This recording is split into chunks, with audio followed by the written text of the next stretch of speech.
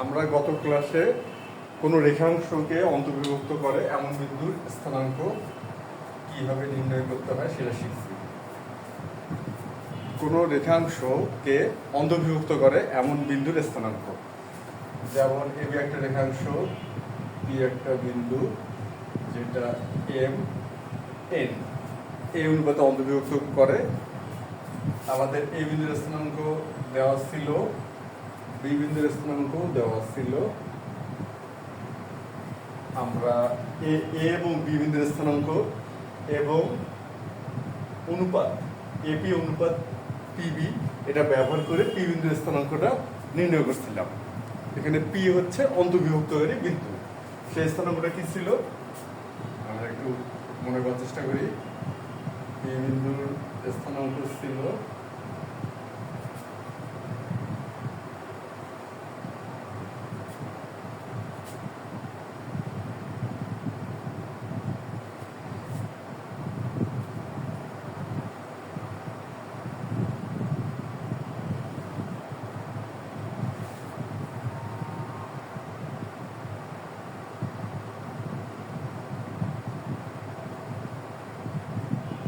এটা ছিল আমাদের নির্ণয় করা পি বিন্দুর স্থানাঙ্ক। আমরা পি বিন্দুর স্থানাঙ্কটা এটা পেয়েছিলাম। এখন কথা হচ্ছে, যদি এম এবং এন সমান হয়, এন সমান এম বলে, এখন এম আর এন যদি সমান হয় তাহলে পি হবে মধ্যবিন্দু। এখানে আমি আবার বলতেছি, এম এবং এন যদি সমান হয় তাহলে পি হবে মধ্যবিন্দু, অর্থাৎ পি মধ্যবিন্দু হবে। আমরা বলতে পারি পি মধ্যবিন্দু হলে এম সমান এন হবে। আমরা কথাটাকে এইভাবে বলতে পারি। পি যদি মধ্যবিন্দু হয় তাহলে এম সমান এন হবে।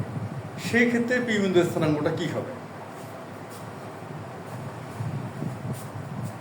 পি যেহেতু মধ্যবিন্দু তাহলে পি বিন্দুর স্থানাঙ্ক এবং এম সমান এন,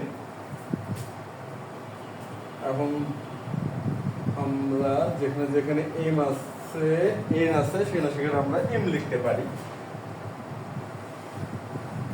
কিংবা যেখানে এন আছে সেখানে এম, অথবা যেখানে এম আছে সেখানে এন লিখতে পারি।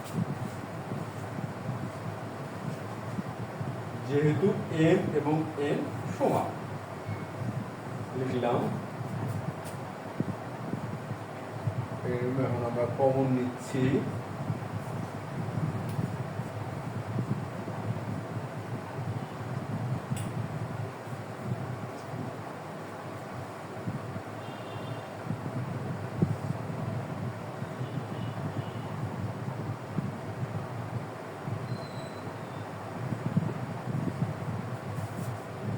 এখন আমরা কি করতেছি, এম কে এম দ্বারা ভাগ করব, তাহলে আসতেছে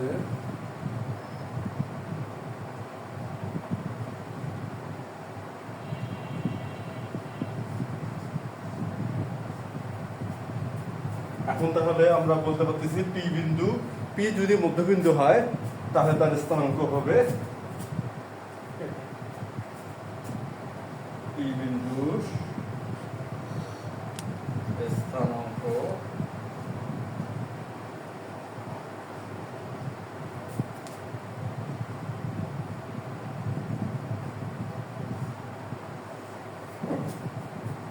অন্তর্বিভক্ত বিন্দুর স্থানাঙ্কের সাহায্যে বা ওই ধারণা ব্যবহার করে আমরা খুব সহজেই পি যদি মধ্যবিন্দু হয় সেটার স্থানাঙ্ক আমরা নির্ণয় করা শিখলাম।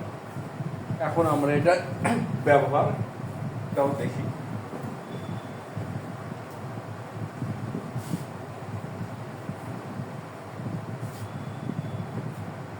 যদি এমন হয়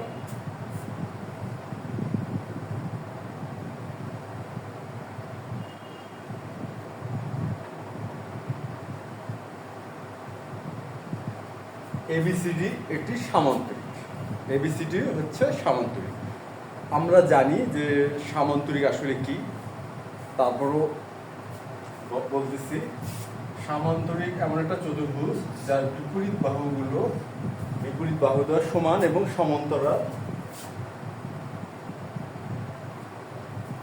এবং কোনোই সমকোণ নয়।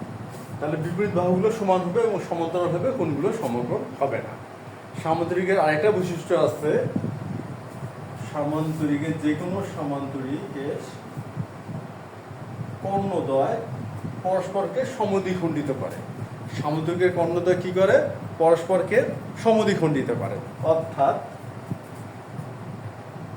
আমাদের এই কর্ণটা আর এই কর্ণটা একে অপরকে সমদ্বিখণ্ডিত করবে। তবে আমরা বলতে পারবো যে এই অংশটুকু সমান এই অংশটুকু আর এই অংশটুকু সমান এই অংশটুকু। এটা সামান্তরিকের একটা বিশেষ বৈশিষ্ট্য। এখন যদি এমন হয় যে এ বি এবং সি বিন্দুর স্থানাঙ্ক দেওয়া আছে, কি দেওয়া আছে? এ বি এবং সি বিন্দুর স্থানাঙ্ক, ডি বিন্দুর স্থানাঙ্ক দেওয়া নাই। এখন তাহলে আমরা এটা কিভাবে নির্ণয় করব? এখন ব্যাপারটা একটু দেখি।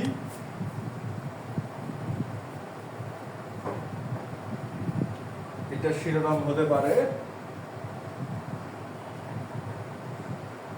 সামান্তরিকের চতুর্থ শীর্ষবিন্দু নির্ণয়। একটা সামান্তরিকের চারটা শীর্ষবিন্দু, তিনটা দেওয়া থাকবে, একটা দেওয়া থাকবে না, সেই বিন্দুর স্থানাঙ্কটা আমরা নির্ণয় করব এবং নির্ণয় করব আমরা অন্তর্বিভক্তকারী বিন্দুর ধারণা ব্যবহার করে।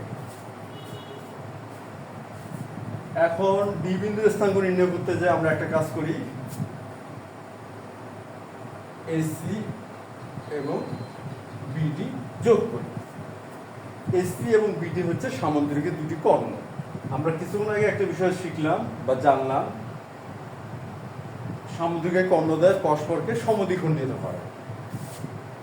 এখন তবে আমরা তাহলে বলতে পারতেছি এসি আর বিডি পরস্পরকে সমদ্বিখণ্ডিত করে, অর্থাৎ বিও সমান ডিও এবং এও সমান সিও।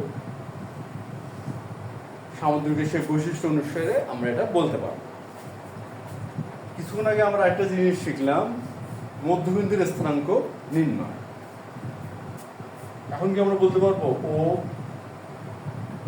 এসি এর মধ্যবিন্দু? হ্যাঁ, আমরা বলতে পারবো। কারণটা কি? ও বিন্দুতেই এসি কর্ণটা সমদ্বিখণ্ডিত হয়। যদি ও এসি এর মধ্যবিন্দু হয়, অতএব ও বিন্দুর স্থানাঙ্ক তাহলে কি? আমরা মধ্যবিন্দু নির্ণয়ের যে সূত্র বা ধারণা আমরা পেলাম সেটা এখন ব্যবহার করি। এক্স স্থানাঙ্ক দ্বারা সমষ্টি ভাগ 2 এ বিন্দু এবং সি বিন্দু, ওয়াই স্থানাঙ্কের সমষ্টি ভাগ 2 ও বিন্দুর স্থানাঙ্ক আমরা পেয়ে গেলাম। ও বিন্দুর স্থানাঙ্ক আমাদের লক্ষ্য হচ্ছে ডি বিন্দুর স্থানাঙ্ক বের করা।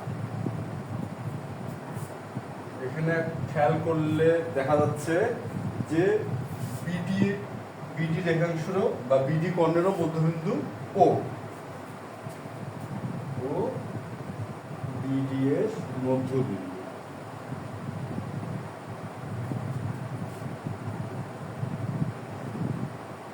আমরা ধরে নিই, মনে করি ডি বিন্দুর স্থানাঙ্ক এক্স ওয়াই ও বিডি এর মধ্যবিন্দু। তাহলে কি এভাবে আমরা লিখতে পারবো?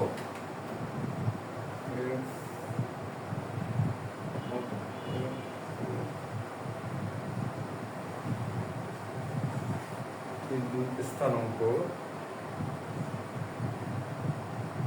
এক্স স্থানাঙ্কের সমষ্টি ভাগ 2 ওয়াই স্থানাঙ্কের সমষ্টি ভাগ 2। এটা আমরা লিখতেই পারি এক্স স্থানাঙ্কের সমষ্টি ভাগ 2 ওয়াই স্থানাঙ্কের সমষ্টি ভাগ 2।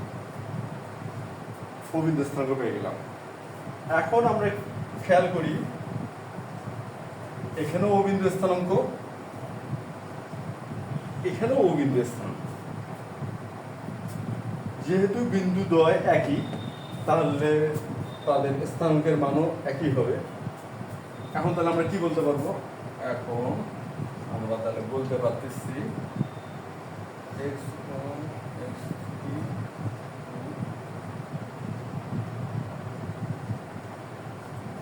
এটা বলতে পারি, অর্থাৎ এর এক্স স্থানাঙ্ক সমান এর এক্স স্থানাঙ্ক, এর ওয়াই স্থানাঙ্ক সমান ওয়াই স্থানাঙ্ক। এখান থেকে আমরা এক্স এর মানটা বের করব। দুই পাশে 2 ভাগ আছে, আমরা ভাগের পদ্ধতি অনুযায়ী 2 পাশ থেকে 2 বাদ দিতে পারি। সেই ক্ষেত্রে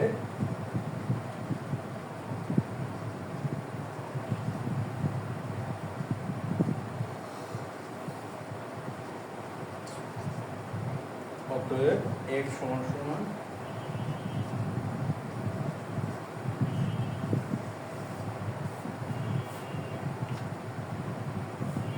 আমরা x স্থানাঙ্কের মান পেয়ে গেলাম।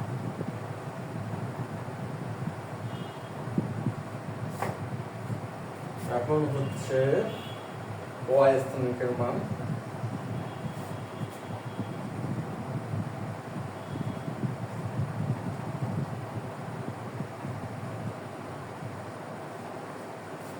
অনুরূপভাবেই আমরা এই মানগুলো বের করতে পারবো।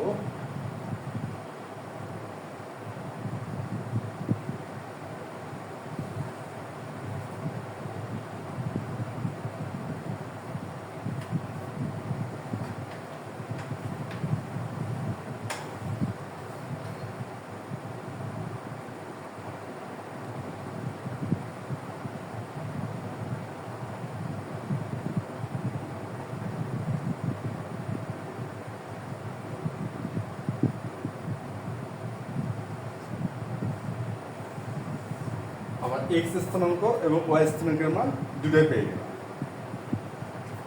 এখন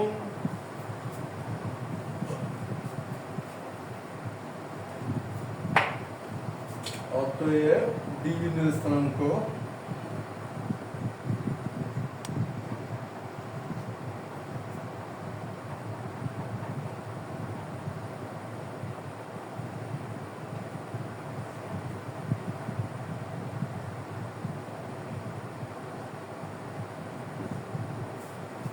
আমরা ডি বিন্দুর স্থানাঙ্ক অবশেষে ডি বিন্দুর স্থানাঙ্ক পেয়ে গেছি।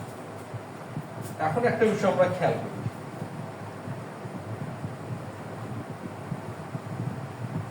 এখানে আমরা একটা প্যাটার্ন দেখতে পাবো। যেমন ডি বিন্দুর স্থানাঙ্ক কি? x sub 1 plus x sub 3, x sub 1 plus x sub 3 এটা সমষ্টি থেকে x sub 2 বিয়োগ করলে ডি বিন্দুর x স্থানাঙ্ক পাওয়া গেল। আমি আবার বলতেছি, a এবং c বিন্দুর x স্থানাঙ্কের সমষ্টি থেকে b বিন্দুর x স্থানাঙ্ক বিয়োগ করলে ডি বিন্দুর x স্থানাঙ্ক পাওয়া গেল।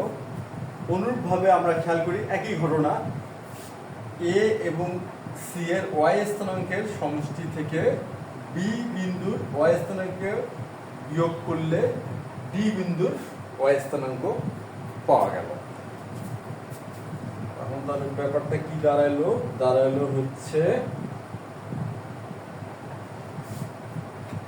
এই বিন্দুটা যদি আমরা বের করতে চাই তাহলে এই ধরনের ব্যবহার করলে কি হবে? এই বিন্দু এবং এই বিন্দুর x স্থানাঙ্ক যোগ করে এই বিন্দুর x স্থানাঙ্ক বিয়োগ করব, তাহলে এই বিন্দুর x স্থানাঙ্ক পেলাম। এই বিন্দু এবং এই বিন্দুর y স্থানাঙ্ক যোগ করব, করে এই বিন্দুর y স্থানাঙ্ক বিয়োগ করলে এই বিন্দুর y স্থানাঙ্কের মান পাবো। আমরা যদি এইভাবে খেয়াল করি তাহলে আমরা বলতে পারবো খুব সহজেই আমরা এই চতুর্থ শীর্ষ নির্ণয়ের যে ধারণাটা খুব সহজে মনে রাখতে পারবো। আর খুব সহজে আমরা যেহেতু এটা মনে রাখতে পারবো, তবে এই ধরনের যে কোনো গাণিতিক সমস্যায় বা বিন্দু স্থানাঙ্ক নির্ণয়ে আমরা খুব সহজেই এই ধারণাটা ব্যবহার করে করতে পারব। আশা করি এই বিষয়টা সবাই মোটামুটি বুঝতে পারছো। ধন্যবাদ।